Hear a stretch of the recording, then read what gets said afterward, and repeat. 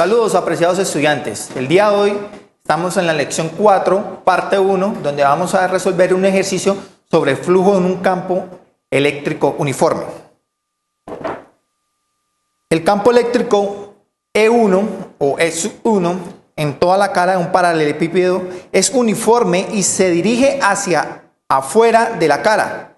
En la cara opuesta, en la parte trasera, el campo eléctrico E2 también es uniforme en toda ella y se dirige hacia esa cara, o sea, se dirige hacia adentro del paralelepípedo. Las dos caras en cuestión están inclinadas 30 grados con respecto a la horizontal, en tanto que E1 y E2 son horizontales.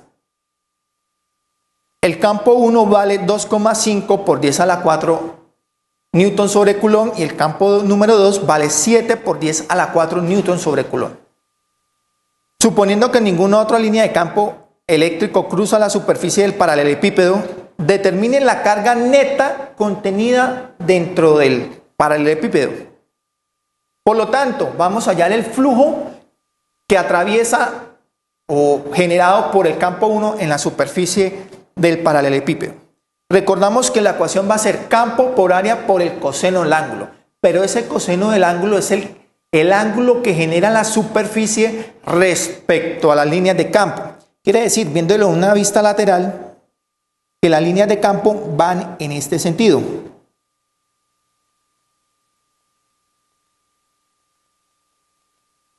Y este vector normal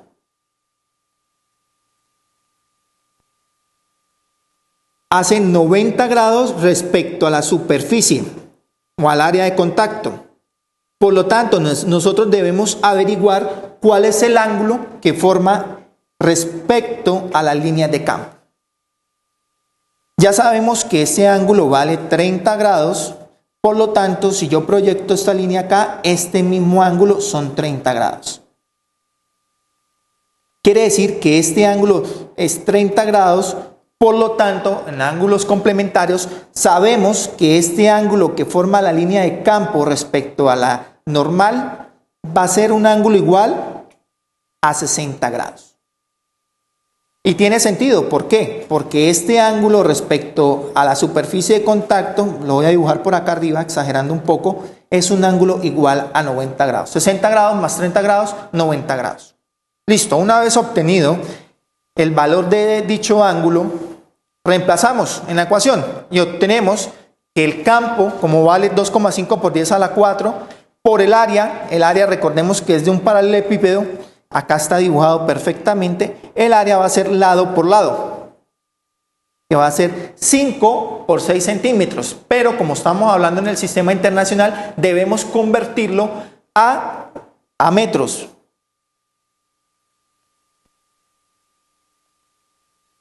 Por el coseno del ángulo, que ya lo calculamos. Eso quiere decir que el flujo o el flujo de campo que genera esa línea de campo a través de esa superficie va a ser igual a 37,5 newton metro cuadrado sobre coulomb.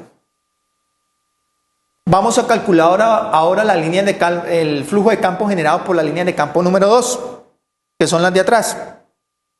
Nuevamente, el valor del campo de 2 ya sabíamos que es 7 por 10 a la 4, el área nuevamente 0,05 por 0,06 por el coseno del ángulo.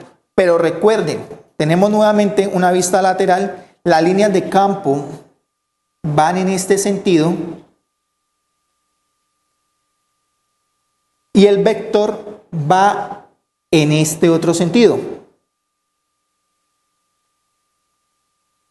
Va opuesto en movimiento a la línea de campo. Quiere decir que cuando hagamos este cálculo, ese flujo va a ser de carácter negativo debido a que la superficie de contacto está opuesta a la línea de campo. Por ese motivo, recordamos, el valor es negativo. Pero como nos están pidiendo la carga dentro del paralelepípedo, nosotros tenemos que saber cuánto vale la carga o el campo que está dentro de esa figura. ¿Qué hacemos? Que el flujo de campo total va a ser igual al flujo de campo 1 más flujo de campo 2. Por lo tanto, el flujo de campo que está dentro del paralelepípedo es un valor negativo que es menos 67,5. Ahora, tenemos la ecuación que flujo de campo es igual a la carga encerrada sobre epsilon sub 0. Y epsilon sub 0 es la permitividad en el vacío. Eso es una constante y ustedes ya la pueden calcular. Reemplazamos o despejamos la ecuación para hallar la carga encerrada y obtenemos que la carga encerrada va a ser igual al flujo de campo total por la constante de la permitividad en el vacío. Tenemos los valores y obtenemos que esa carga encerrada va a ser igual a menos 5,976 por 10 a la menos 10 coulomb. Unidades en el sistema internacional, coulomb, y es una carga de carácter negativa.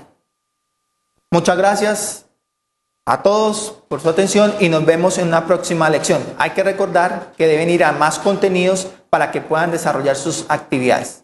Hasta luego.